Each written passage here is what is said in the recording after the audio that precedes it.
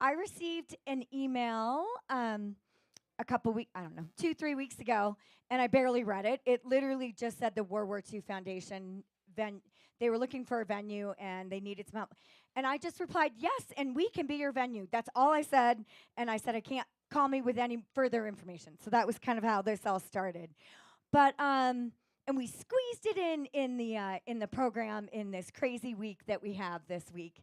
So, but my name is Jen Mason, and I am with the Colorado Snowsports Museum. We do have the largest permanent 10th Mountain Division exhibit in the country right now. So that's wonderful. And we do have some special people in the room. There's all sorts of people, but we have Kelly Schmidt, who is with the Denver Public Library. She runs the 10th Mountain, the 7th floor of the Denver Public Library. Like, Kelly Schmidt is here. We have Nancy Kramer with the 10th Mountain Foundation. She is here as well. Trex Dole, literally Minnie Dole's grandson, who started the National Ski Patrol and the 10th Mountain Division, and is in this museum not once, not twice, but 3 times. So your grandfather is in here not once, not twice, but 3 times. Minnie Dole means so much to those of us in the ski industry, and his grandson Truck just walked in. We also have Mark Adams. He is with the Rocky Mountain Ski Patrol. What's your full title? There you go, Rocky Mountain Division Director, National Ski Patrol. I am sure there's other people in the audience here. We have a bunch of board members in here. Thank you, Diana. I think Diana. We have a bunch of volunteers in here. We have Scooter and Ron and Holly and Grace and Ashley, all of my entire staff. A ton of people. So thank you all so much for being here. I hope you don't feel like a sardine. We're going to keep all these doors open. And I just want to thank Jeff Wiles from Vail Resorts, because he's really the one. He got the original email from Stephen Clement and said, Jen, this might be of interest to you. So I am now going to introduce John Fenzel from the World War II Foundation. Thank you, Jen. It's the kind of introduction that I so richly deserve, but so seldom receive these days. We're just honored to have you all here. You know, we didn't quite know, who was going to show up. If there was going to be anybody that showed up. And look what we have here. So this is really special for all of us, and I know especially for our 10th Mountain Division soldiers that are here with us. I have some notes here. I was in the Army once upon a time, and I was a general's aide, and I remember this general that I was an aide for. He said, "Fenzel, you need notes." And I said, "Why, sir? So I know what to say?" And he said, "No, because you don't know when to stop." So they'll keep me organized at least. But I head up the World War II Foundation. We're based just across the bridge from Newport, Rhode Island, and South Kingston. And we have a museum there too. If you ever go there, we have more World War II artifacts than really any other museum in the country, maybe the world. And it's a lot different. Everything's not behind glass. You can touch things. You can touch Holocaust garb. You can touch uniforms. You can touch weaponry. We have Joseph Goebbels' cigar box with one cigar left. So you can imagine, the story behind that. We've got Hitler Station. I mean, it goes on, but it's all right there. It's like walking into a time capsule. But our primary job is to produce all of the films that you see about World War II on PBS, American Public Television, and we've now produced 40 films. And because this is the 80th anniversary of the end of World War II, normally we only do 2 films a year. We're going to be doing 5 films, actually 6. This next one that's going to come out is about Bob Hope and his role in World War II. So pretty special. But in addition, I told you about the museum, and we also have, we're all about inspiring the younger generations and making the history of World War II and the legacy of our World War II veterans and the lessons of World War II accessible to all. And that's really how I interpret our mission. If we can do that, we're successful. But it really is just an honor to be with you as we commemorate this 80th anniversary of the Battle of Riva Ridge.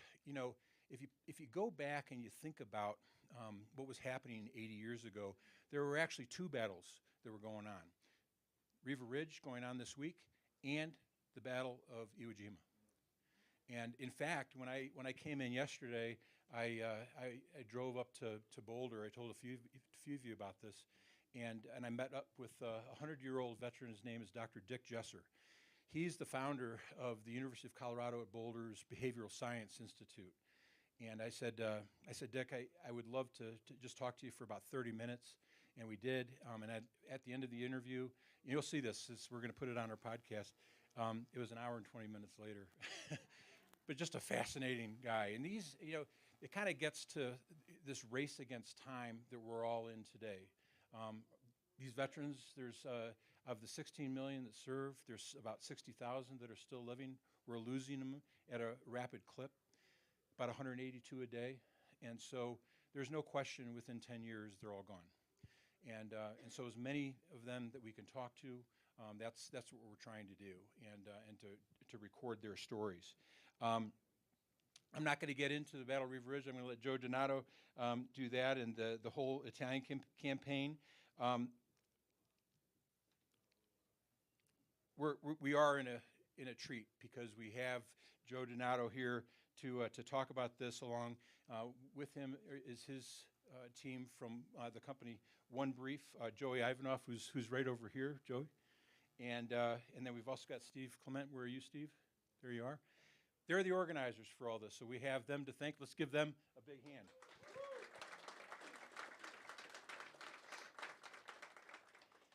But we're also truly honored to have with us Major General Scott Nauman and his Command Sergeant Major Brett Johnson, along with all of their soldiers who are here with us today. So it's just a real privilege, sir, to have you here with us, and and for us to be part of this legacy weekend here at Vail. Yeah, there you go. You're going to hear that a lot today, I think.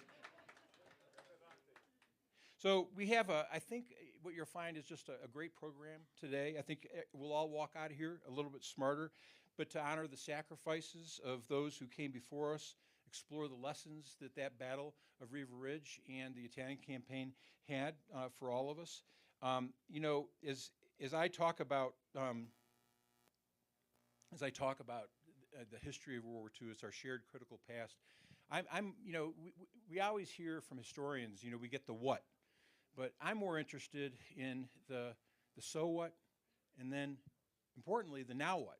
What does it mean to us today, and how can you internalize those lessons, not only professionally but personally? And there's so many of those lessons that exist, and the Battle of Riva Ridge is no exception. Events like this don't just happen. There's a lot that goes on behind the scenes. So before we get started, I want to just thank our partners. I mentioned the team from One Brief, who are actively helping us bridge the past with the present in very meaningful ways. The 10th Mountain Division Foundation that continues to preserve and protect the extraordinary legacy of this elite unit. And the Colorado Sports Museum, here we are, which continues to preserve and promote that extraordinary legacy and keep alive the history of Colorado snow sports. Specifically, let me thank Jen Mason, Ashley, Holly. Holly's been here in Vail since 1974, as I understand it. Grace and Dana are here. Dana's the curator, and then Cindy's here as well. I think she's been here since 1976. So they all go back a long ways. And it's just a testament to all that they do. So I'll stop there. Actually, I do want to introduce Joey Ivanoff. He's been a longtime friend. I also knew his dad, Sergeant Major Ivanoff, who is a legend in the Special Forces community. But Joey's dedication to service and to history is also just truly remarkable. He began his military career as a United States Marine, and he served from 1995 to 2004, both as an infantry Marine and also as a Force Recon Marine. Beyond his distinguished military career, he became also a Special Forces non-commissioned officer, and then later as an officer until he retired in November of 2021. So his career has been expansive and broad and deep. Beyond his extraordinary interest and passion for World War II history, particularly the events that surrounded D-Day, he was the one who inspired and spearheaded the Normandy French Resistance Monument. So if you ever go to Normandy and you're on your way to Utah Beach, right on the right-hand side, well, on the first statue you're going to see, the first monument we put up was the monument to Dick Winters, the Dick Winters Leadership Monument. And then you go a little bit further, and you'll see the French Resistance Monument that Joey was the guiding force behind, and truly a force of nature. It's all there, and it's pretty spectacular. So it's there for us to enjoy today in Sainte Marie du Mont. He's also one of our board directors in the World War II Foundation. So please join me in welcoming a dedicated patriot and historian and my friend, Joey Ivanov.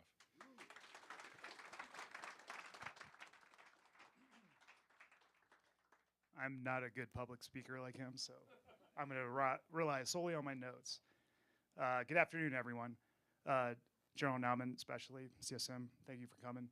It's a privilege to be here with you today as we commemorate the 80th anniversary of the Battle of Riva Ridge, a moment that not only reshaped the course of World War II, but continues to shape how we think about leadership, adaptability, and resilience in the modern era.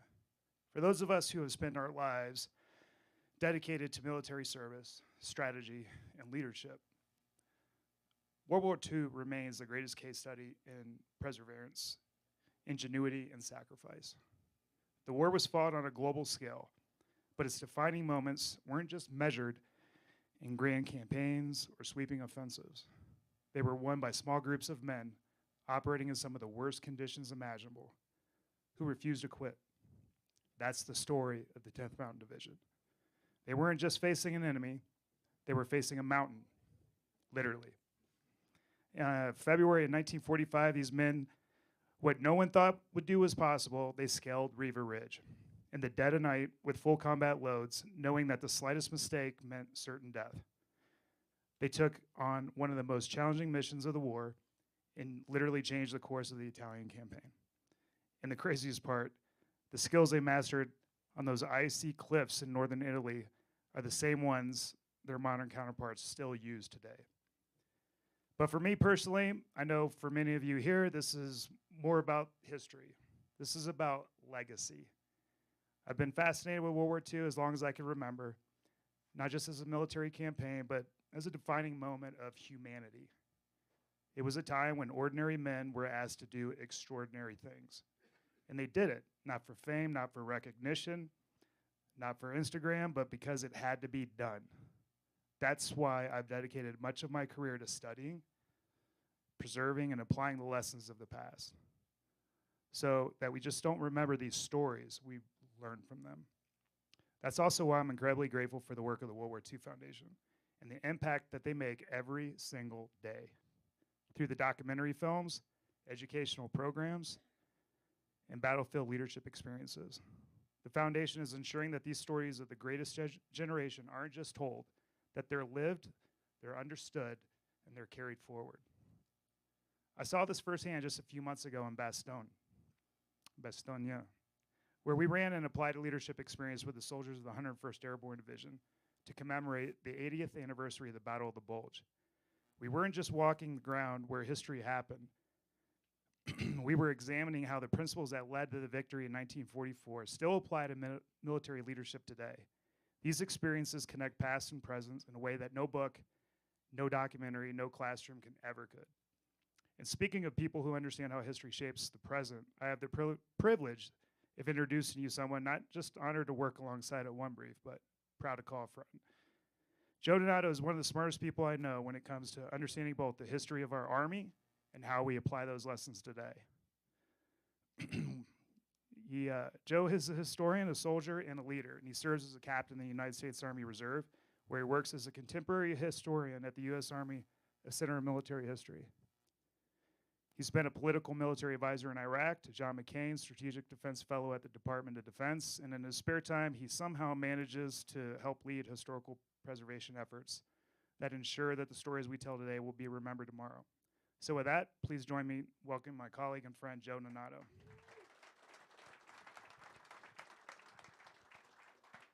Thank you, Joey. We're privileged to work with some great Americans and to be here this afternoon with some great Americans. So thank you to all the soldiers, the veterans, the families that are here. Joey, thank you for that kind introduction. I would also, before I begin, like to recognize Dr. Lance Blythe, who's the command historian at U.S. Northcom, who's written an excellent book on the 10th Mountain Division, on mountain warfare, climb, fight, ski, fight, win. Did I get that right? Ski, climb, fight. Thank you, sir.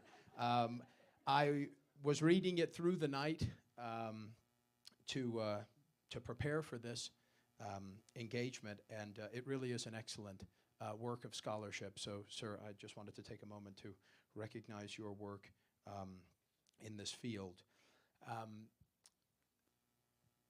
It would be perilous to come into a room of mountaineers in Vail, Colorado, and talk in too great detail about the tactics and techniques of the Battle of Riva Ridge, which I have no doubt you all collectively know far better than I do. I'm not the world's foremost expert on the Italian campaign, but as the Italian campaign taught us, enthusiasm can compensate for a lack of expertise, because the United States Army that entered the Italian peninsula in 1914 was still somewhat green and was still somewhat adapting to the extraordinary challenge of fighting across a world at war. I would like to begin, and I'll note also that for an Italian American, having a hand occupied is a significant hindrance. I had planned to use both of them fully, as like I would imagine climbers, you like to have both hands, so I'll do the best I can with one. One of the most popular songs of the war, a German song that really became one of the most popular songs across all the combatants, was the song Lily Marlene, which I see some head nods, so you might know the song. It was extraordinarily popular with the German troops, so much so that despite a ban from Joseph Goebbels' propaganda ministry, one of the few times that an authoritarian regime yields to popular will, there was such an outcry from the fighting soldiers at the front that they did bring the song back to the radio. So Lily Marlene was a favorite.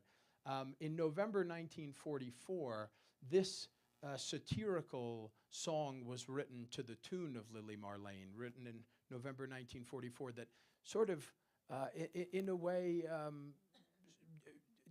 maybe kind of denigrated in a bit the service of those troops that were fighting in Italy, who were derisively known among those fighting in France and across Western Europe as the D-Day Dodgers. They had ducked out on the big operation to breach Fortress Europe. They had dodged D-Day.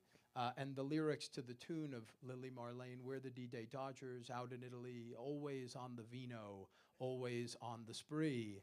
8th Army Scroungers and their tanks, we live in Rome among the Yanks. We are the D-Day Dodgers out here in Italy.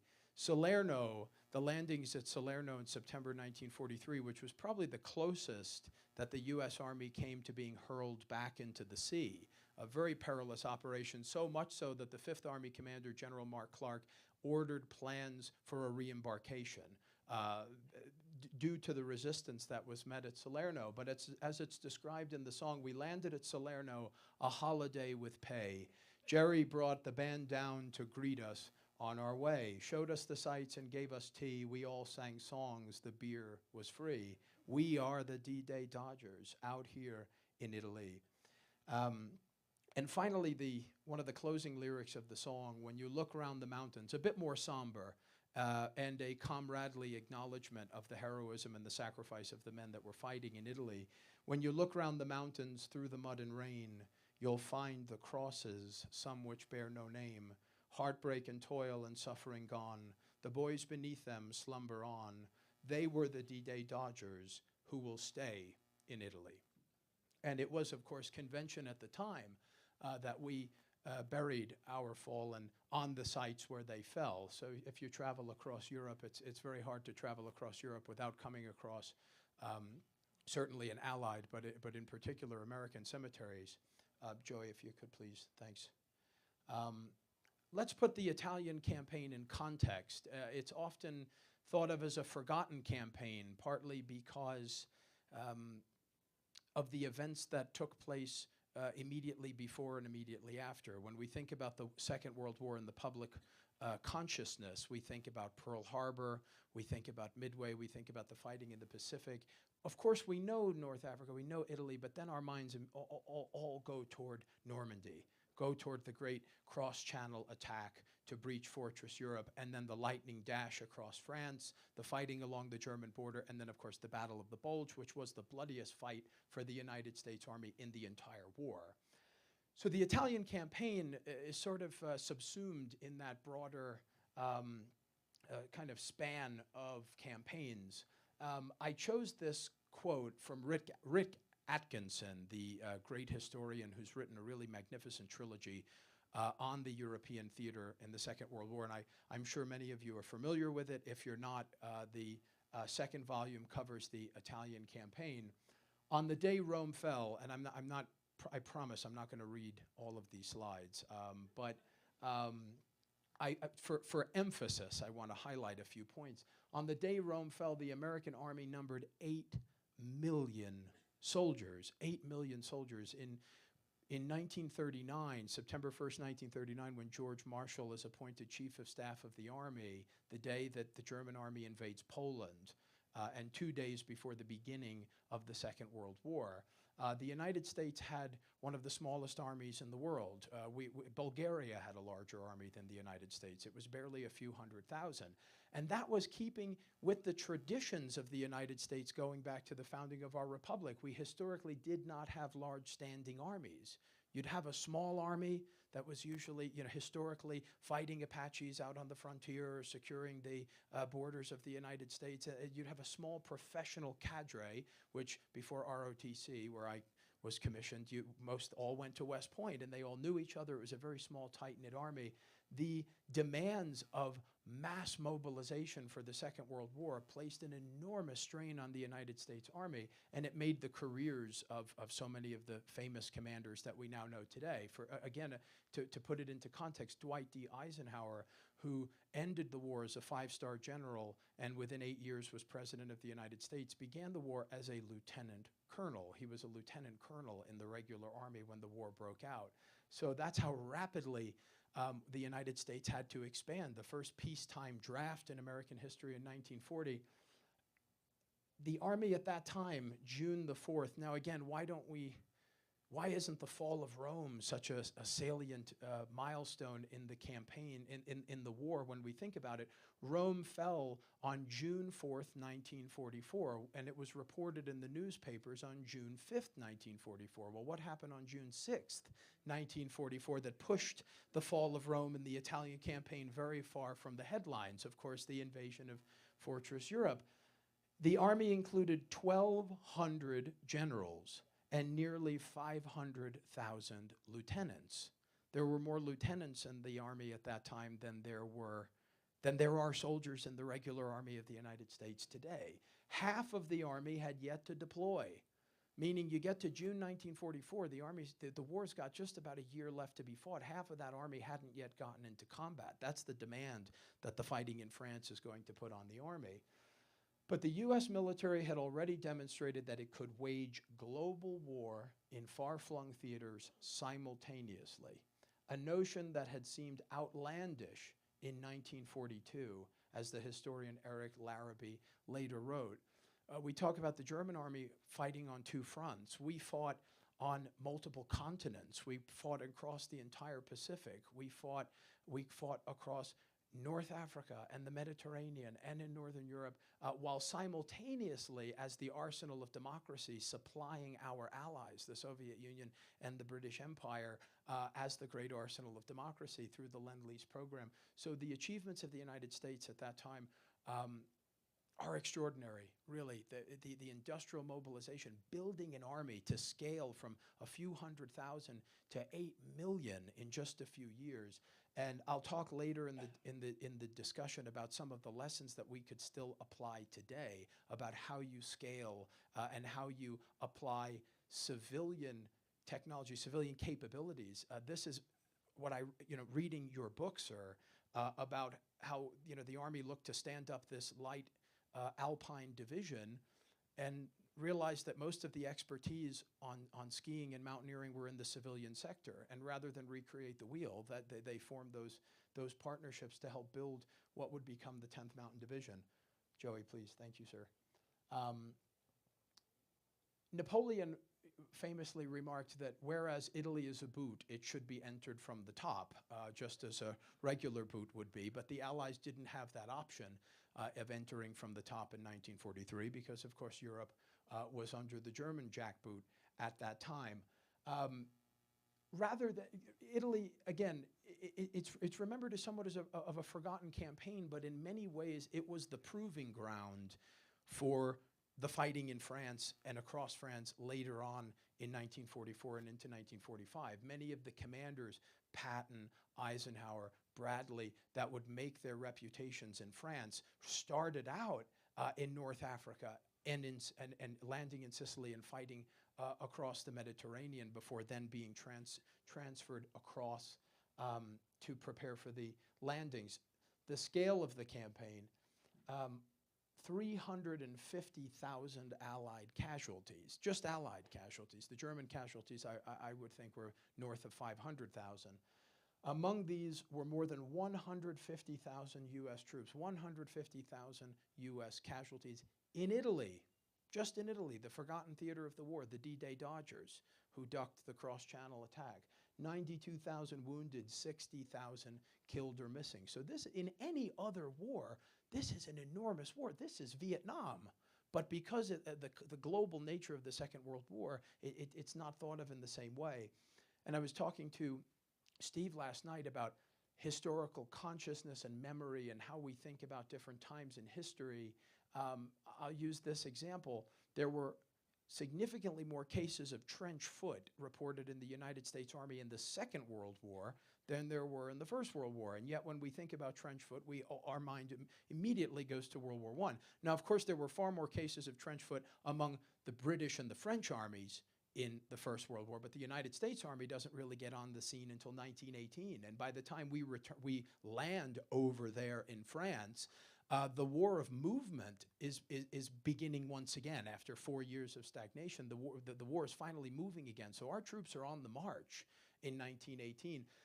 But as they drive across France and then finally reach the end of their supply lines and their lines of communication and they get up against the German border, that war bogs down in autumn weather, in rain and mud and sleet and snow. And there are thousands of cases, about 20,000 cases of trench foot, just to keep in how we remember things and how we think about things.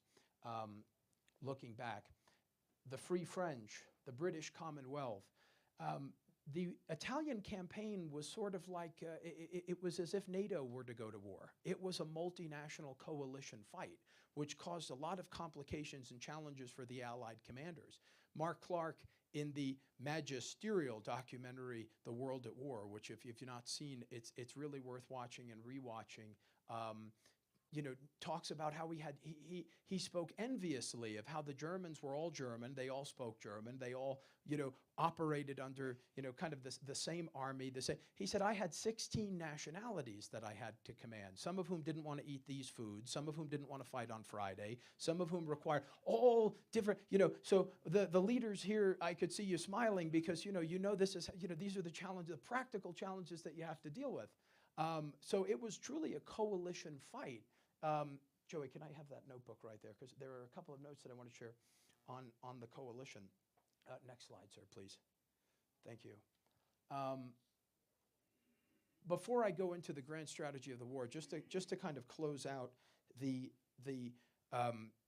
to emphasize that this was a coalition fight and all of the challenges that presented to the Allied command. First and foremost, as Churchill said, the only thing worse than fighting with allies is fighting without them.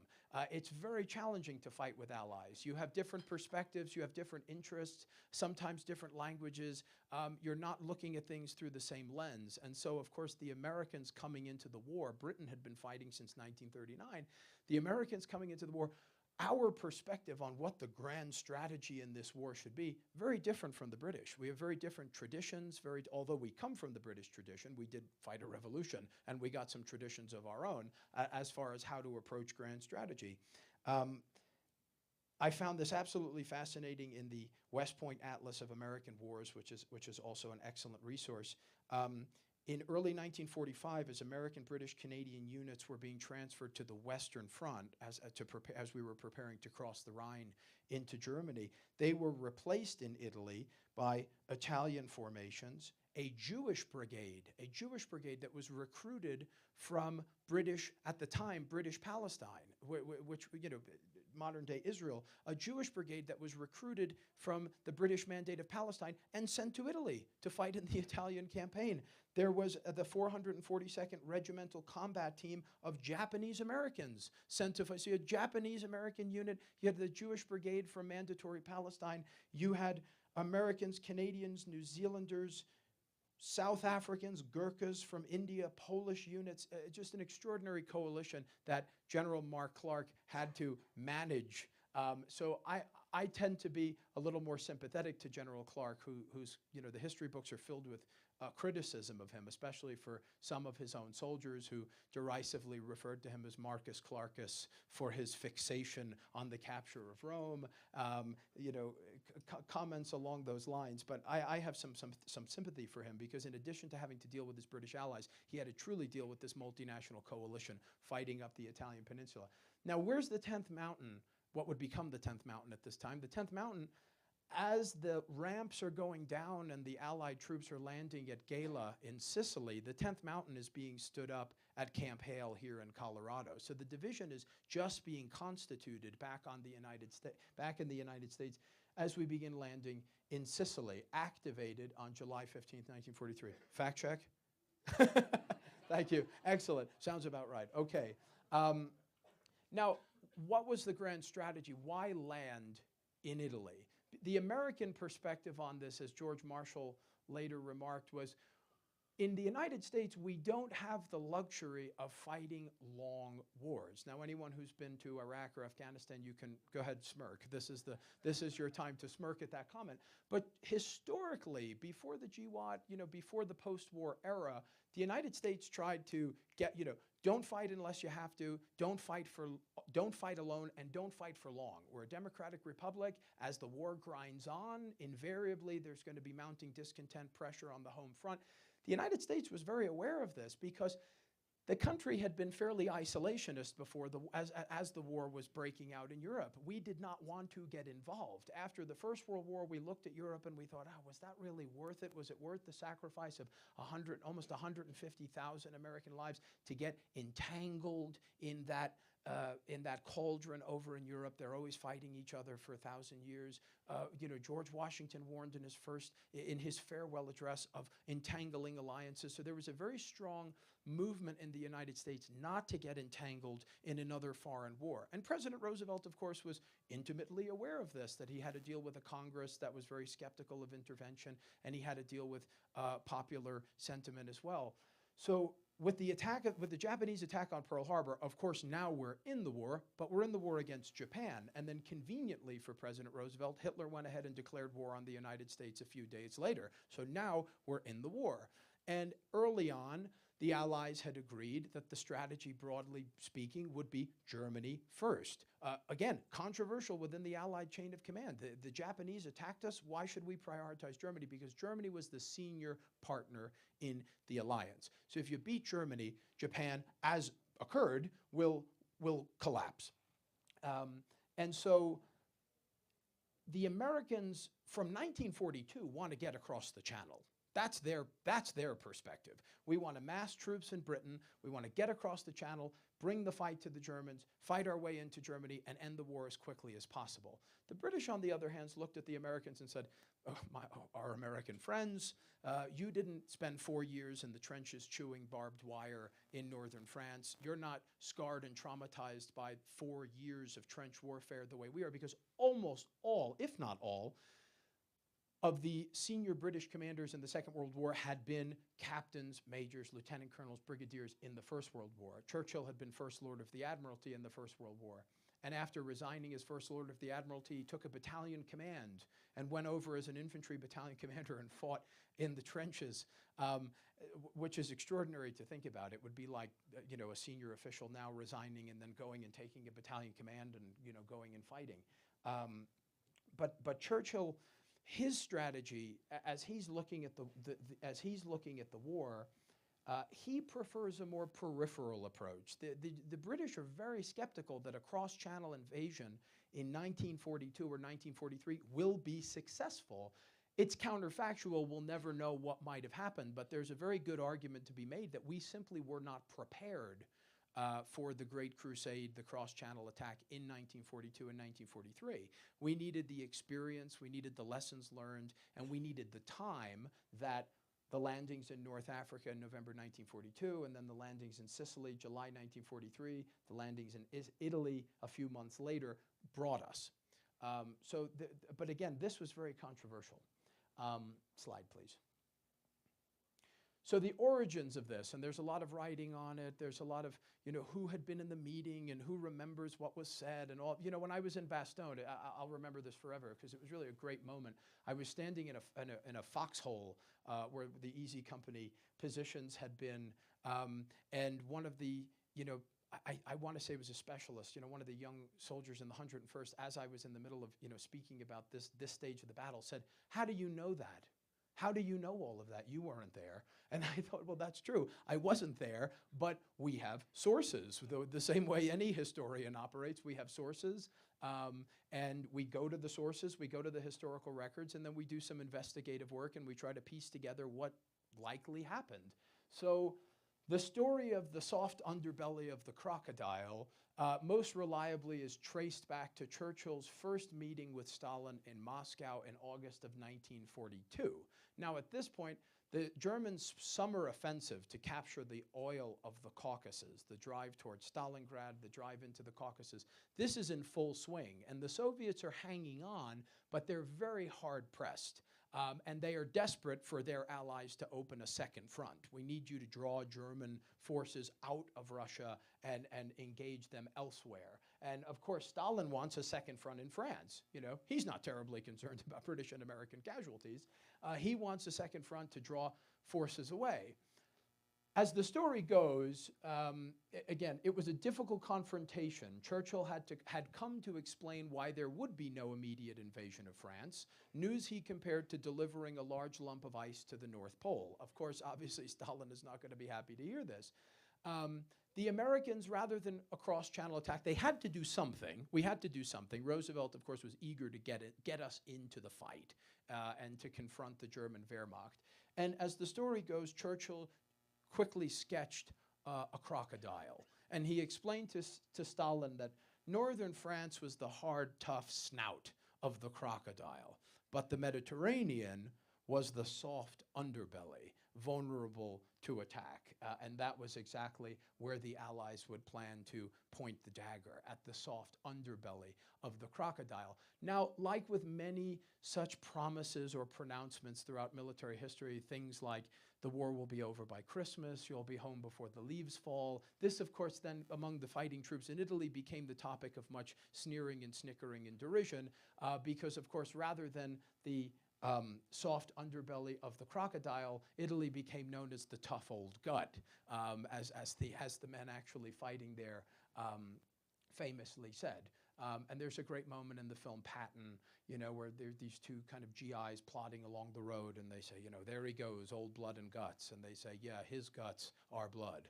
So soldiers have always had that sort of a sense of humor. This is a topographic map of the Italian peninsula, and it gives you a good idea, especially for the mountain troops in the room, of why the Italian campaign was such a tough, long slog, because we couldn't take Napoleon's advice and enter the boot from the top, so we had to enter the boot basically from the toe.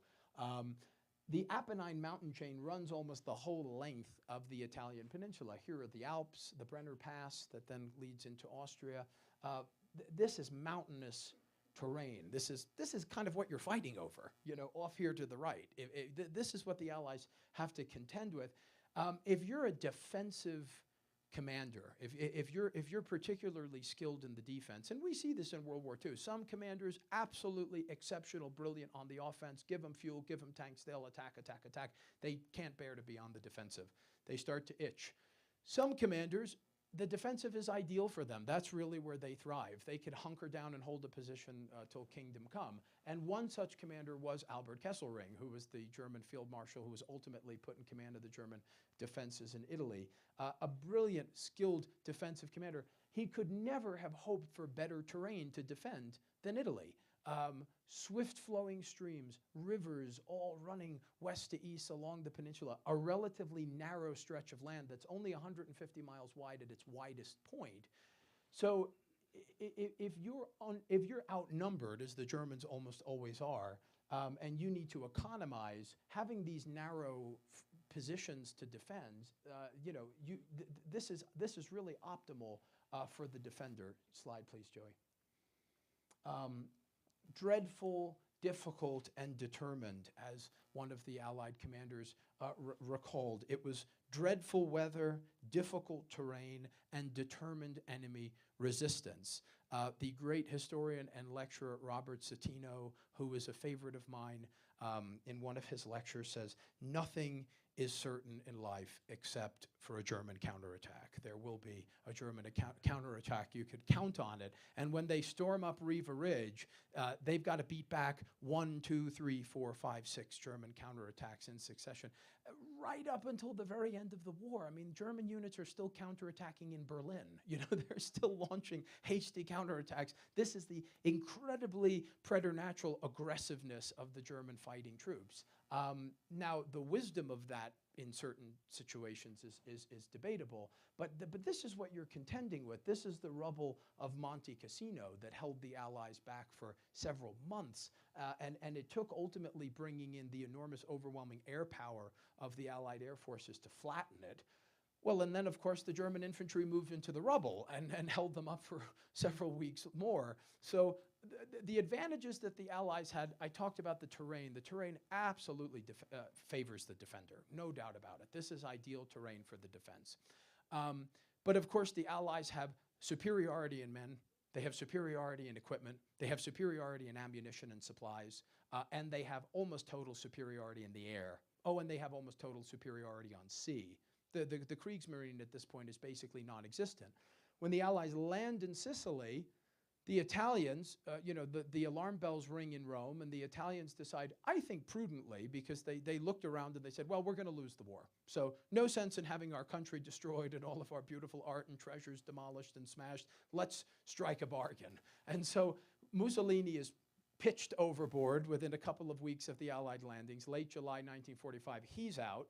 And then Marshal Badoglio, who replaces Mussolini, gives this very fiery speech that Italy's going to stay in the war and stick by their German allies. And as soon as he goes off the air, says, get me General Eisenhower's headquarters and let's start to negotiate. And immediately opens up negotiations with the Allies. The result of which, now Hitler, was very suspicious of the Italians. He was fond of Mussolini, but broadly speaking, quite suspicious of the Italians. He had planned for this. So as soon as the news breaks that the Italians are going to enter into an armistice with the Allies and essentially switch teams, the Germans are ready. And they surge down the peninsula, and they basically take over control of the Italian peninsula, and they begin disarming Italian units who are usually fine with that and very happy to get home. Salute. So they're happy to get home. So please. So we would characterize, kind of in an operational context, we would characterize the Italian campaign as a Stellungskrieg, to use the German word. Blitzkrieg is the popular term that appears in all of the newspaper, but the term is actually Bewegungskrieg, from the German word for movement or maneuver. It's a maneuver war. You've got maneuver war, and then you've got positional war or static war. Stellungskrieg, from the German word Stellung, or position. This is a positional war. And early on, after the Allies land at Salerno, just south of Naples. Now, why do they want Naples? This is a question to the group. Why do they want? Exactly. They want Naples for the same reason that we need Cherbourg when we land in Normandy, because we need a port. We need to be able to quickly start to disembark troops and supplies and equipment.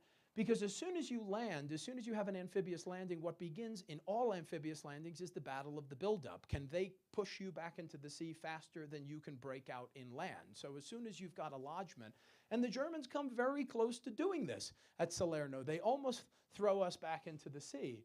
But we hang on, we hold on with a lot of help from naval gunfire and air power. And now thinking about Normandy, Rommel's going to remember this in Normandy when he's thinking about how do we defend against the Allied cross-channel invasion. He's going to remember the devastating impact of massed naval artillery fire, gunfire on his troops ashore, and air power. And that's why Rommel adopts a strategy of, if we're going to beat them, we got to beat them on the beach. Because once they're inland, that fleet is going to hammer anything that can move. And there's a lot of truth to that. This is Kesselring conferring with some of his general staff officers.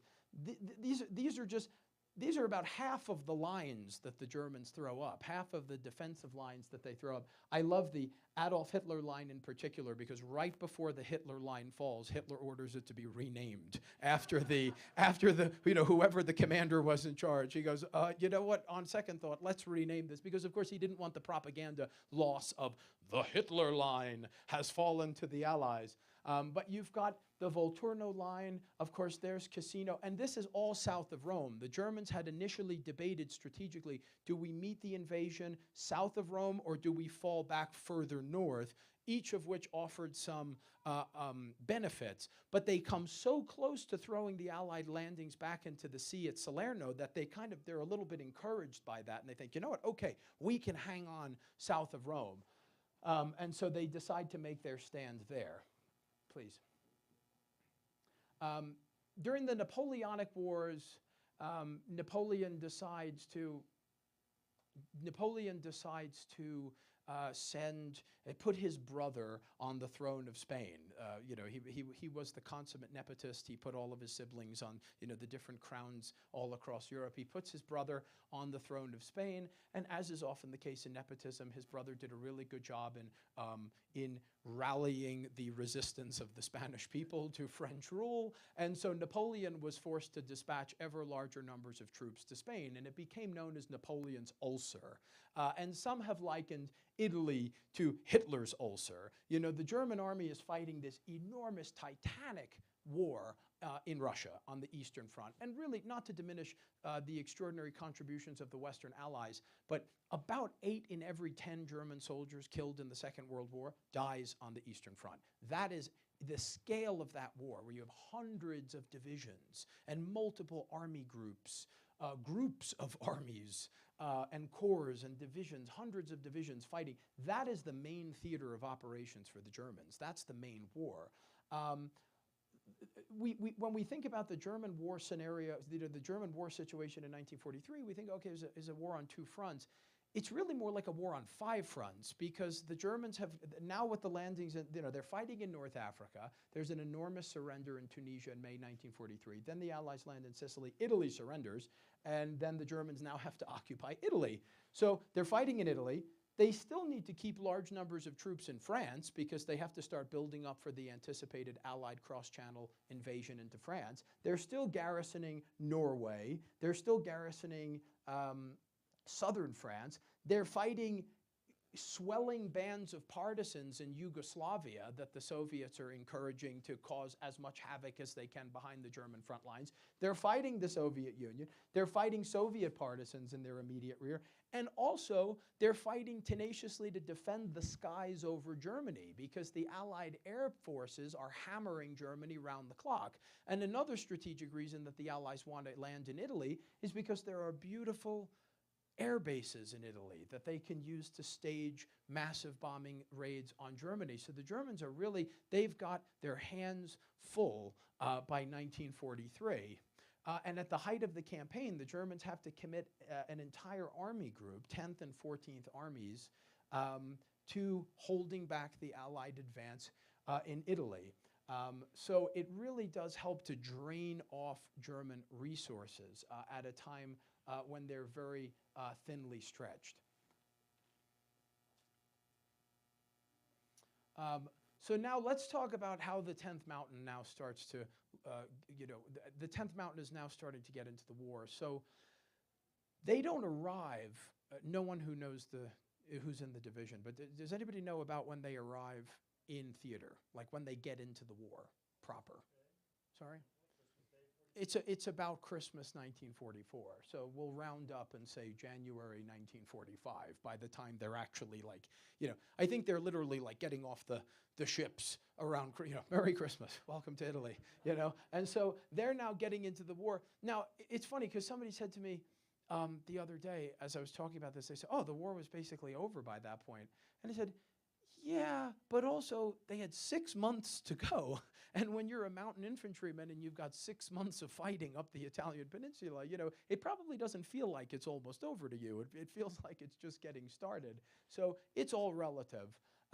What's the state of the war as the 10th Mountain Division is arriving? So the Allies grind their way up the Italian peninsula. You have the landings at Anzio in January 1944, where the Allies try to basically get behind the German main defensive line to seize Rome on the march. They're again almost thrown back into the sea. The furious German counterattacks to try to, lance the Anzio abscess, as the Germans characterized it, and hurl them back into the sea. The Germans, German history could really be described in some ways militarily as like so close. They're just always right there. They could see the golden spires of Moscow. They're 10 miles from the Arc de Triomphe. They're 100 yards away from throwing the Allies back. So they do frequently get very, very close. So close, but no cigar.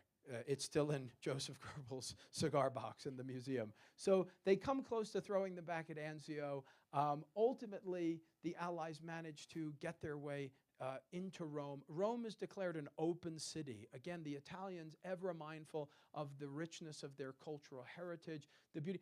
If you've been to Italy, or if you're planning to go to Italy, you can thank the strategists and decision makers at the time who opted not to fight in the smashed rubble and ruins of their beautiful cities and instead, I think looked quite realistically at the strategic situation and made the decision that they made for Italy, which is not to, well, I would never encourage the surrender of an American ally, but for our enemies, I think it's always an excellent and attractive option.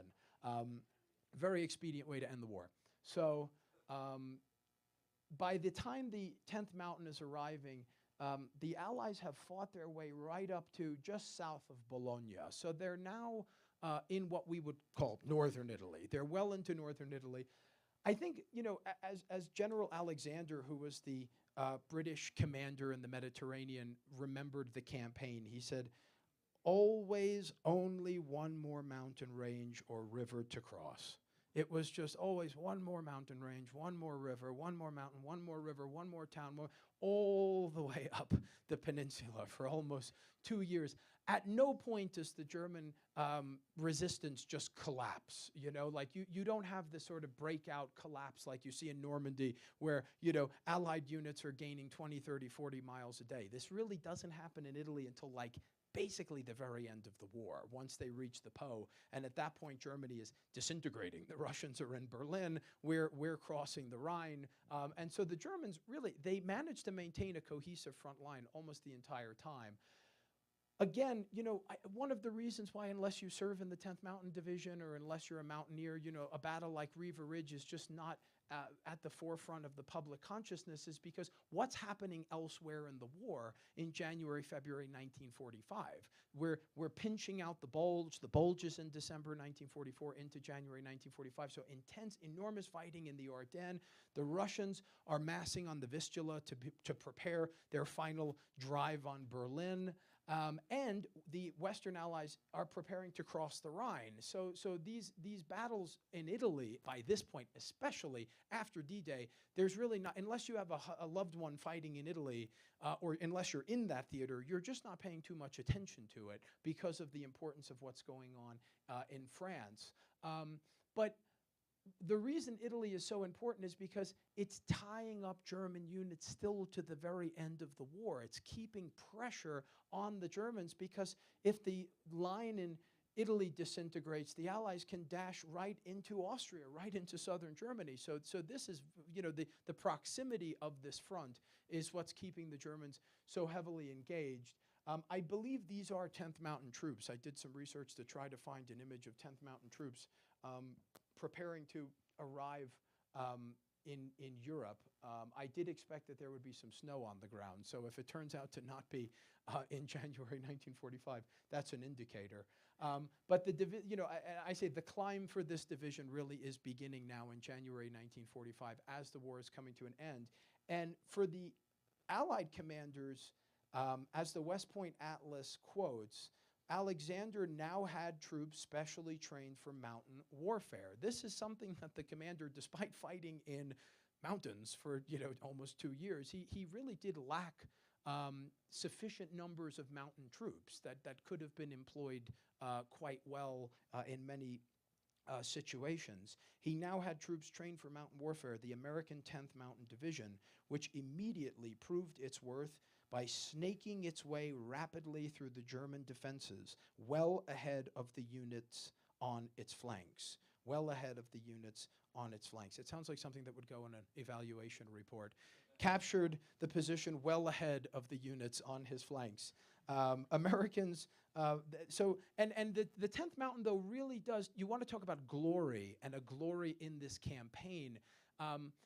One of the laurels of glory that they really do snatch after landing in 1945, they're the first unit to reach the Po River, and they're the first unit to get across the Po River. So after getting there, they enjoy this really this significant prize that the Allies had been kind of on the maps looking at the Po River, because once you get across the Po, now you're in the Po River Valley and the open plains of the northernmost part of Italy, which is now where you can employ tanks, and you could now finally return to a war of maneuver, which the Allies, of course, had wanted to do. Because if you're an outnumbered enemy on the defensive, you don't want a war of maneuver. You want positional warfare, because then you're able to slow down and attrit the enemy. Please. And this is a quote from Lieutenant Colonel Henry Hampton. The Germans held all the high ground. This is describing Riva Ridge in particular, February 1945. And one felt like he was in the bottom of a bowl with the enemy sitting on 2/3 of the rim looking down upon you. And the rest of the quote says something along the lines of, we had about as much cover and concealment as a goldfish in a bowl would have had. And so, as is so often the case, for those of us who like to really study the strategic and operational level of war, irrespective of the strategic and operational decisions, all wars are ultimately fought and won at the tactical level. I mean, it is small units of troops shooting, moving, communicating, maneuvering, and seizing key terrain that are ultimately driving any operation. When the rubber meets the road, there's that infantryman with his bayonet fixed, preparing to advance. It was a surprise to the Germans, so success, one of the principles of warfare, surprise, success. The Germans were surprised, and then, of course, launched about 6 desperate, hasty counterattacks to try to hurl the Allies back. But by seizing Riva Ridge, the 10th Mountain starts to set the conditions for the Allies to finally penetrate those last mountain passes as they're advancing up to the Po River, so that they could then fan out and rapidly advance. And they, again, becoming the first Allied unit to reach and cross in April 1945, at which point the war is almost over. But this is a unit that brought a critical capability to this theater of operations, and a unit that from the moment it arrived in theater proved itself to be extraordinarily reliable and valuable to the senior Allied commanders, and then ultimately, wins those laurels by being the first American unit to reach the Po River and to cross the Po River toward the very end of the war. I think is that okay? Yeah, and this is the final this is the final map. This is really kind of the final breakout, and you can see here this is the open terrain that they're trying to reach, and then you get to the Alps. Which, now more than ever, we need those mountaineers again.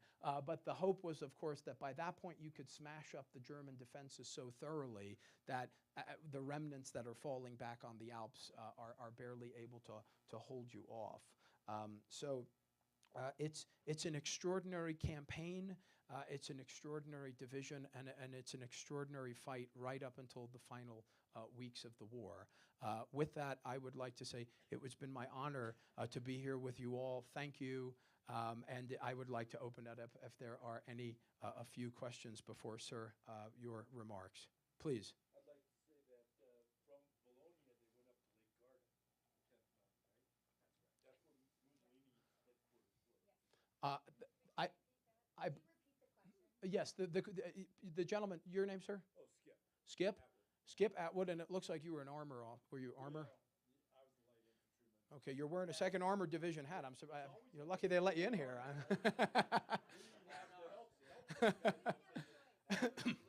Exactly.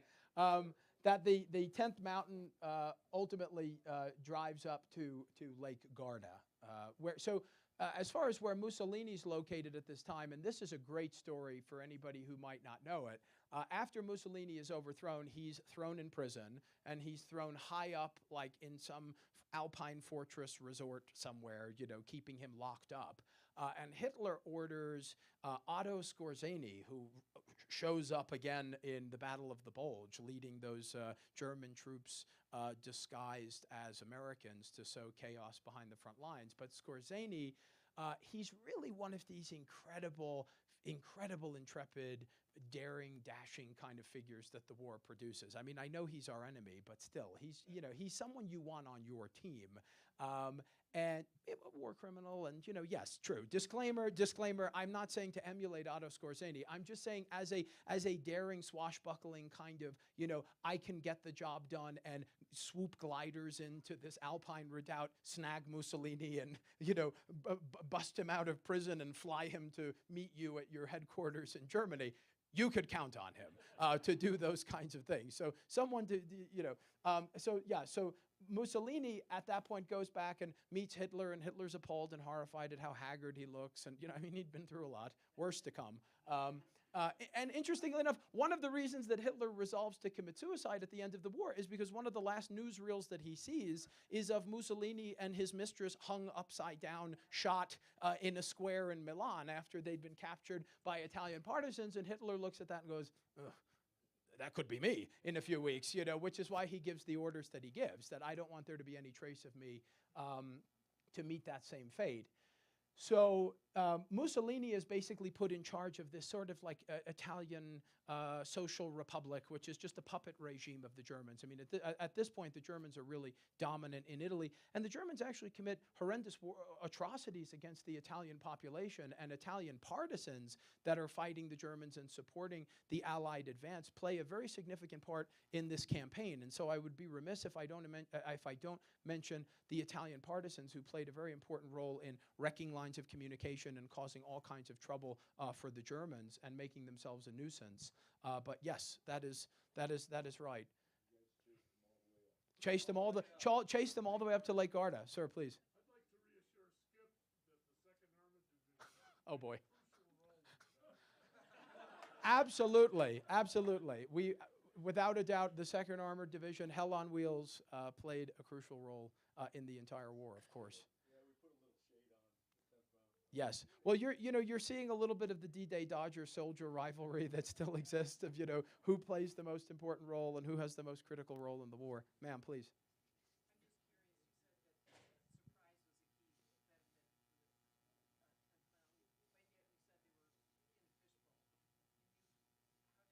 I'm going to turn that over to the author of the outstanding book that really drills into the tactics of it. If you would please. Oh yes, and I'll repeat the question. The question is, eyewitness, accounts of the assault described it as a fishbowl with no cover and concealment. How were they still able to achieve surprise? The Germans were asleep, I think. I think that might be it.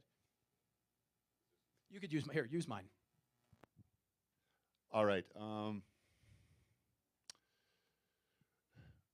They get surprised for two main reasons. The first main reason is what any good infantry unit does. When they moved into the theater, they started patrolling, and they dominated that terrain. They pushed all the German patrols, couldn't be out and see what the other guys were doing. They managed ski patrols. They had recon units that actually had skied the entire length of Riva Ridge, came back around. They were able to dominate the terrain and push it back. That's just good infantry 101. Second reason is the terrain. The backside of Riva Ridge where the Germans were is kind of a good 27 to 30 degree slope. I'd ski it I'd ski it on a level 3 day. Avalanche dangerous, I'd ski it. The front side was much steeper and the Germans couldn't really see over it. And it's very complex terrain.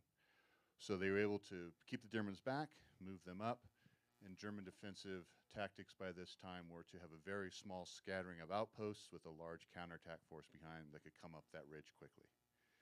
And what they were counting on, we talked about last night, those who were here, they didn't think anyone could get that many people and that much firepower and keep it on the ridge. They'd gotten up before, they'd always driven them back. So that's how they got surprised. One, they were good infantry.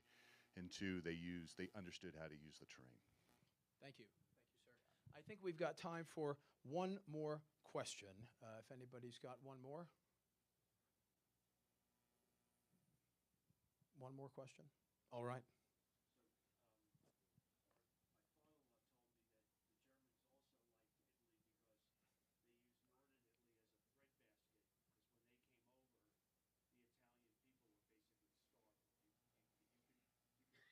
That is consistent with German policy throughout the war, that occupied territories were ruthlessly exploited for natural resources, for food, for basically anything that could be stripped out of them. And it's important to note when we think about the Second World War and we think, it's Germany fighting, this enormous coalition across the world. It's Germany and occupied Europe, because the Germans, of course, scour occupied Europe and round up as many laborers as they can to deport back to the Reich to work for the German war economy.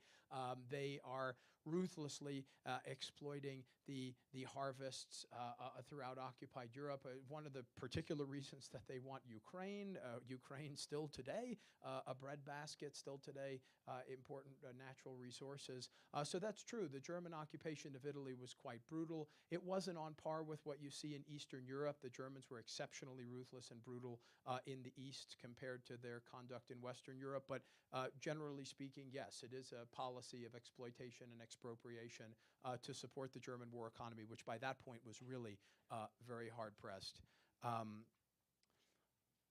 Okay, I'm now going to return it to my colleague, Joey. I would like to again thank the Colorado Sports Museum. I would like to thank I've been to so many museums, and just the passion of this museum. I still get a laugh when I asked you if I was going to be able to find a souvenir to bring home before I came. And the passion of this community, what an extraordinary family it feels like here, the 10th Mountain family. And thank you for having me as a guest. And again, thank you to the World War II Foundation. Thank you to One Brief and to all our sponsors here and to the team. So Joey, for one great American to introduce another, and thank you. Thank you. Climb to glory. That was pretty good. Yeah, I'm going to condense your intro, sir. I just want to throw one joke out because I can't stand armor officers. What's the difference between a vacuum cleaner and a tank? You can only put one dirt bag in a vacuum cleaner. Here you go, sir. He's got jokes. Hey, how about another round for Joe? That was pretty good, huh? Well done. Shouldn't follow a historian when you're going to talk a little bit about history, I guess. Hey, I'm Scott Nauman. I'm the Commanding General of the 10th Mountain Division. I'm a mountain soldier. And I'm here with my Ranger buddy, Command Sergeant Major Johnson. And on behalf of the nearly 20,000 active duty 10th Mountain soldiers that are serving today, it's a great, great privilege to be here with you today. So I've got a couple of things that I want to talk to you about, and then maybe I'll open it up for some questions. Colorado Sports Museum, the foundations, World War II Foundation. Actually, John Fenzel, real quick before I get started. John is a decorated Special Forces officer, and we have a strange connection. John's... He's very strange. Well, younger, right? Yeah, younger brother. John's younger brother was my brigade commander when I was a battalion commander. Somehow I made it. I don't know. Somehow, but that's pretty cool, and it's good to see you again, John. We've got some veterans in here, I think. Raise your hand. Thanks for your service.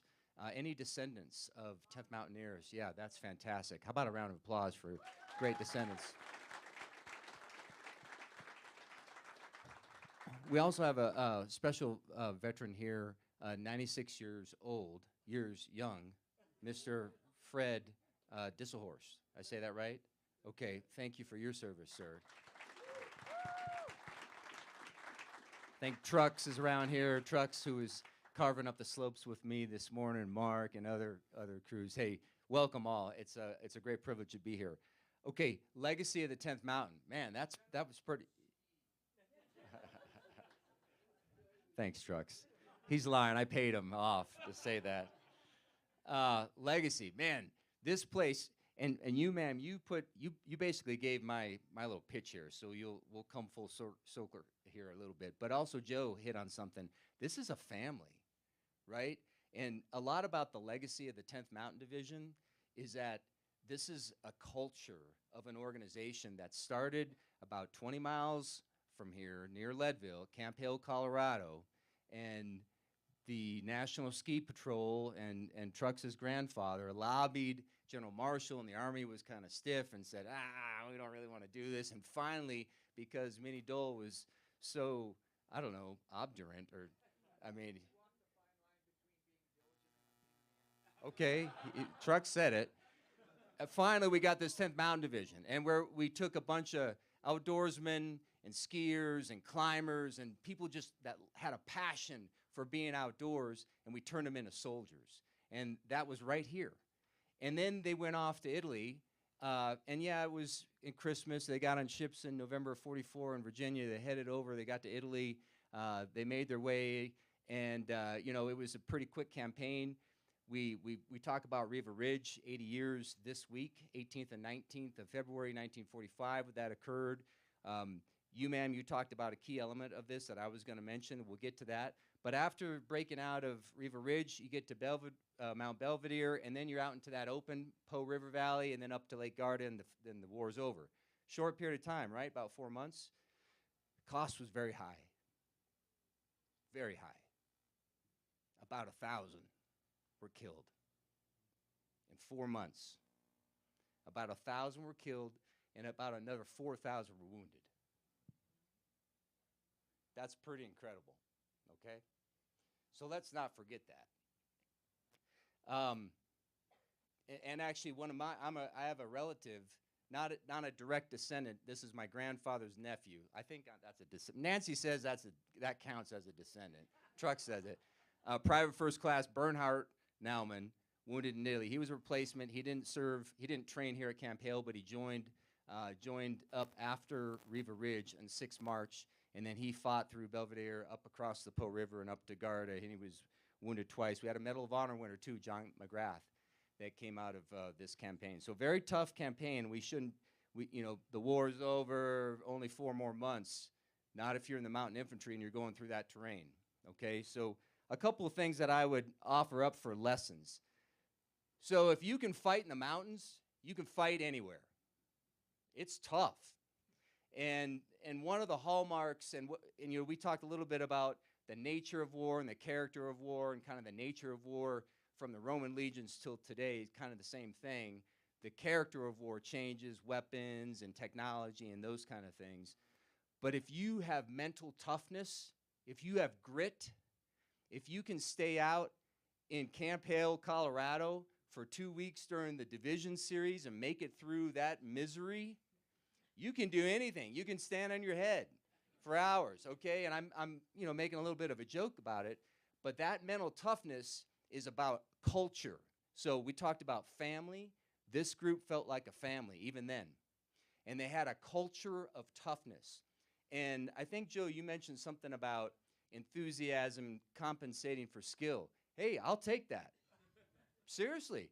And that goes a long way. When you have a motivated soldier who believes in their organization, who believes on the people on their left and their right, that they're going to take care of them, that soldier, in my experience, our major's experience, they will go to hell and back for you. And that's what the 10th Mountain Division was all about in that campaign. So the first thing I would mention is just, it hasn't changed. Being mentally tough and having that resilience and that physical toughness, that didn't change in the modern day soldiers, and you saw it in spades there in Italy. The other piece I'll remark, because ma'am, you mentioned it, surprise. It doesn't matter if you're in the Roman legions or we're fighting in Ukraine today. Surprise is a principle of war, and if you can achieve surprise, and if you can get to a position of advantage over your adversary when he doesn't expect you to be there, you want to do that. And you, sir, did a good job of kind of describing what that looked like for the soldiers on the ground. But that was key to this. And so that helped that breakthrough. And remember, you saw the terrain, all those mountains and valleys and crevasses. It was easy for us to surprise them because we were good, tough, light infantrymen then, right? We were strong. We could climb those mountains because we had trained out here at Camp Hale, not far from here. And so being able to do that night on the 18th of February was really important to kind of breaking through. And I think Joe mentioned it. Twice before, people had tried to climb up there and break through the Gothic line, the defensive positions with the Germans. They were unable to do it. And you talked about allies. The Brazilians were with us too, actually, Brazilian Expeditionary Forces. And they weren't able to do it until we all kind of did that together. So that's a key element that I would highlight. The other is, and this is a hallmark of the light infantry, and that's small unit leadership and proficiency. And being able to operate in restrictive terrain, and what that means is like those mountain and those crevasses and that tight area, not in the Po River Valley, but in the Apennine Mountains, that is where light infantrymen like to operate. And we can move around, and one of the hallmarks of the light infantry is decentralized leadership. Our non-commissioned officers, they really make our Army today. And if you power down authority to our youngest soldiers and our youngest leaders, our sergeants, they're going to make it happen every single time. And we saw that happen in spades during this campaign. You had small units led by sergeants that were taking over German positions. Sergeants like Sarge, like the Sarge Brown that we commemorate up here on the slopes, just like that. I mean, and the descendants can name a whole bunch more than I can, but that's right. So that's a hallmark, and it's often, you talk about generals and all this other stuff and all these, Mark Clark and all, Marcus Clarkus and all that. But it's the sergeants and the soldiers and those small unit leaders that were really making it happen, and that's pretty cool, I think. And that hasn't changed today. The last thing I would highlight is a concept that we call today called mission command.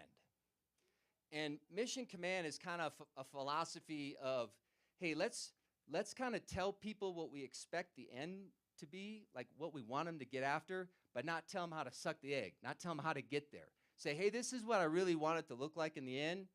Go make it happen because I trust you, because you are empowered to achieve that objective.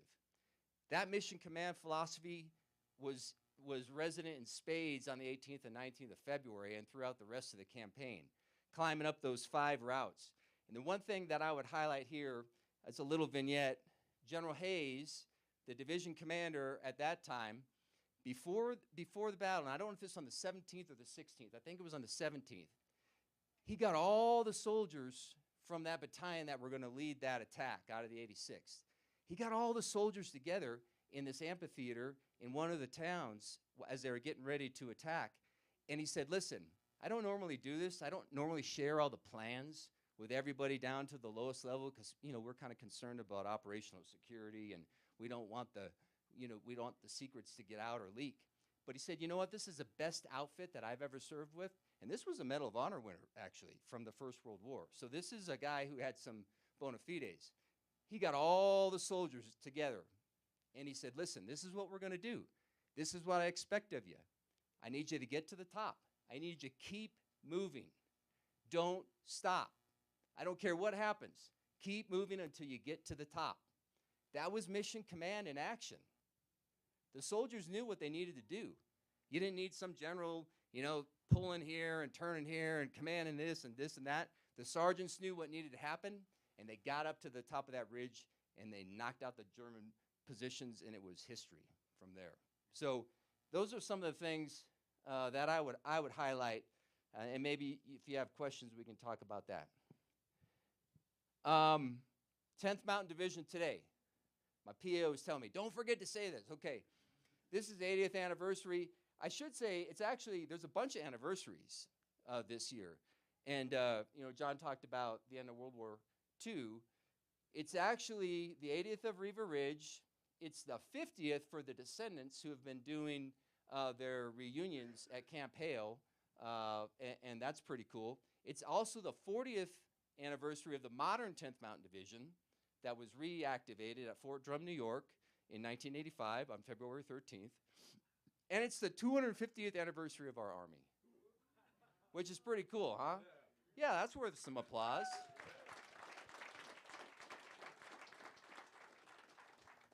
So under the guise of all these anniversaries, you got a really busy division.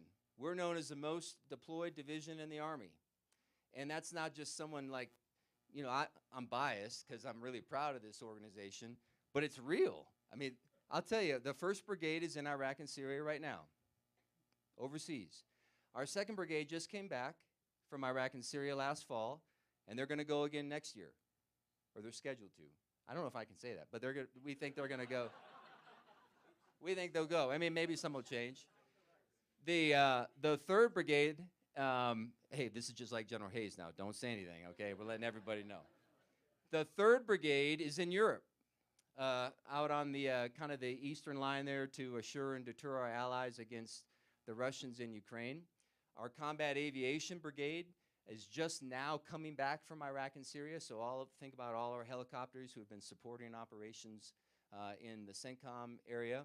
Our Sustainment Brigade, all of our logisticians, quartermasters and mechanics and ordnance folks, they're actually supporting operations in Europe, in the Middle East, and actually at home in the NORTHCOM down at Guantanamo Bay. So there's been some action in Haiti where we've been supporting some humanitarian work in Haiti. So that's where our Sustainment Brigade is. And then our headquarters, you know, where I sit and Sergeant Major sit, we've just been designated the Joint Task Force headquarters for the southern border. So I didn't come here from Fort Drum, New York on Monday. Right? When did I get here? It's Tuesday. Thanks, Sergeant Major. He keeps me straight. We came from Fort Huachuca, Arizona, and we're responsible now for the 2,000-mile southern border, including the maritime area up to San Diego and up the coast of Texas to Brownsville, or Beaumont, Texas. So we're responsible to protect the southern border and maintain the territorial integrity of the United States there. So when I leave on Monday morning, we're going back to Fort Huachuca. So your 10th Mountain Division's busy, okay? Yeah, you should be really proud. I am. Couple things to talk about how we're celebrating this wonderful legacy of Riva Ridge, and then I'm going to turn it back over to John. So 80th anniversary, fantastic. Back at Fort Drum, we had what we call the Division Series. Many of you are familiar with the D Series.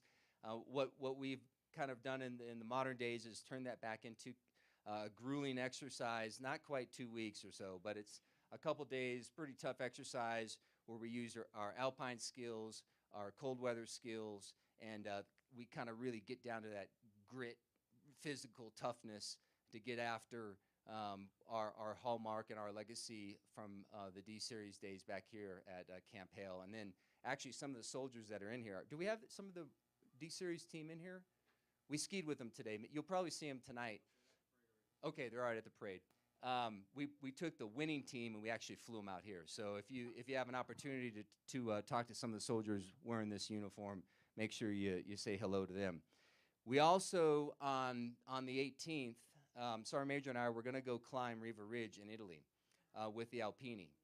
We got a little sidetracked with this whole southern border thing, but we did send our 2nd Brigade Commander and the 2nd Brigade Command Sergeant Major, and they actually climbed Riva Ridge with the Alpini. There was a fantastic presentation, probably much like this, although it was in Italian, and really awesome. So if you're on the social media, I hope you can take a look at that because they got some great photos of the monument up at the top of Riva Ridge as well. Just last week, I mentioned the Brazilian Expeditionary Force. We sent a representative to San Antonio, and the senior Brazilian Army chief actually came to San Antonio, and that they're associated with our Army South headquarters down there, and we did a commemorative exercise based on their participation in the Battle of Riva Ridge, which was pretty cool as well. They played a role in that attack. We've got a bunch of other events happening out throughout the year. Big celebration coming up in the summertime, our Mountain Fest celebration, and then at the end of the year, we plan to climb Riva Ridge as a battlefield staff ride that may or may not coincide with the Descendants trip to Italy here in the fall, which we hope we can make it work out. Yeah, it would be really cool. So I think I'll pause there, and if you've got any questions for me, I'd be happy to take them. Otherwise, we'll get ready for a great parade tonight. And the Troopers Cup tomorrow, that's right. Thanks, sir. Are we turning people away? No. Recruitment's good. I'll ask the Sergeant Major maybe if he wants a remark on this. The Army's had a slump. I mean, just to be candid with you, the Army's had a hard time over the last couple of years from recruitment writ large. We've turned the corner as an Army. Last year we exceeded our goal, what we were trying to shoot for, and this year it looks like we're on goal as well to meet what the Army needs. Just for context, are there any Marines in here? Okay, Semper Fi. I'm not denigrating the Marine Corps. I love the Marine Corps. We're a joint force. We need everybody. The Army has to recruit the entire Marine Corps every year. That's our mission, essentially, for context, for numbers, for size and scope. The Army has to essentially recruit the entire size of the Marine Corps just because, you know, the Army's big, right? So I offer that not because anything about the Marines. I love the Marines. But it's a lot of people that we have to bring in order to keep all these units moving along. So we're doing okay. Sergeant Major, did I get it about right? Okay. Okay, great. John, thank you.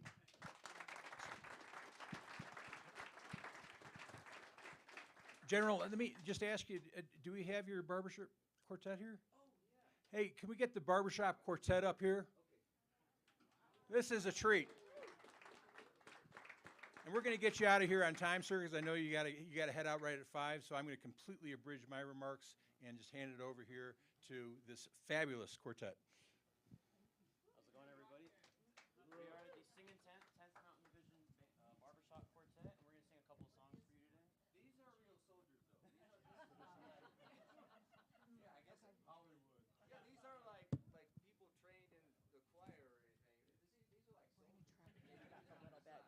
I'm going We're to really try proud to of pick them. it up. They're pretty good, actually. We're going to try to pick it up. Oh, we don't need those. I know.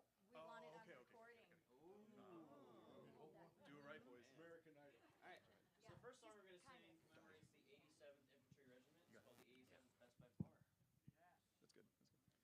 What's first, sorry? 87th. Okay.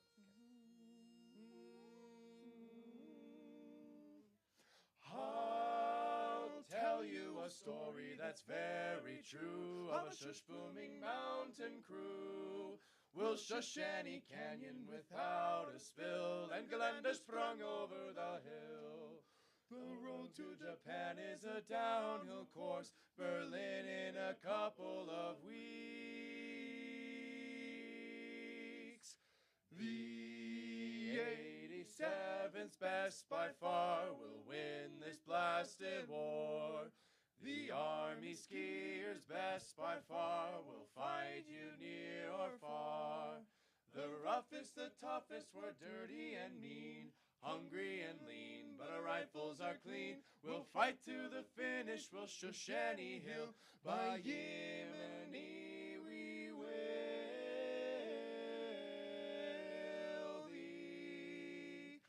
The 87's best by far will win this blasted war.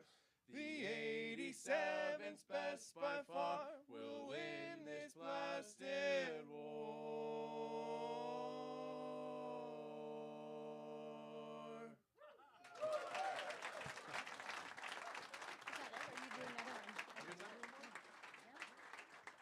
We'll do one more tune for you guys. So, I don't know if you guys noticed, there's some great ski conditions out there all week. It's been amazing. I'm an East Coast guy, and it's my first time skiing Colorado. It's really exciting out there. This next tune we're going to do commemorates the skiing of the 10th Mountain Division. We hope you enjoy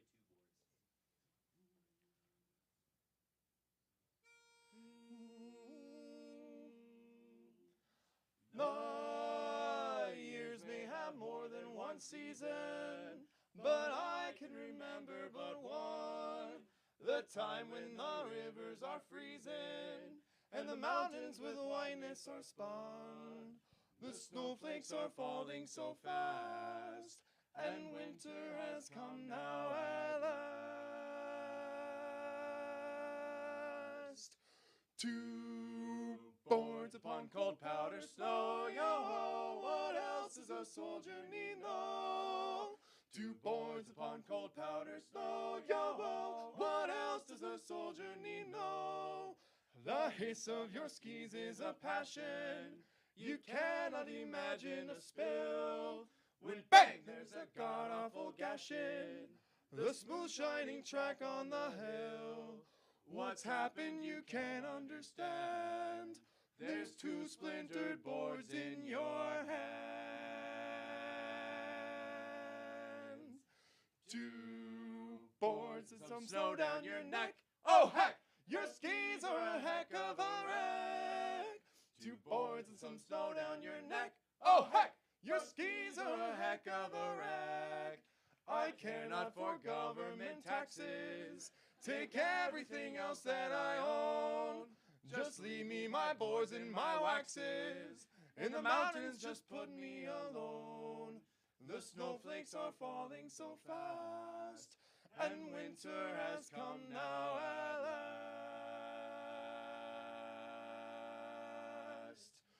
Two boards upon cold powder snow, yo-ho, what else does a soldier need, no?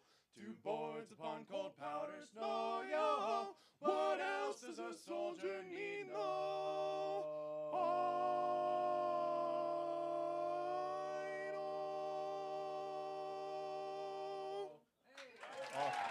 Thank you very much. Thank you very much.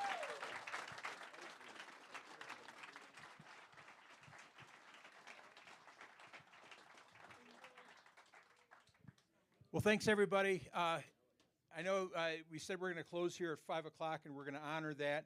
But just when you look back, just at an incredible afternoon here, looking back at our shared critical past, this history of the 10th Mountain Division, and sir, you know, I got to tell you, you're probably your greatest responsibility that you have, and I think you'll agree with me, is preserving the legacy of this incredible division. So a big hand to the 10th Mountain Division.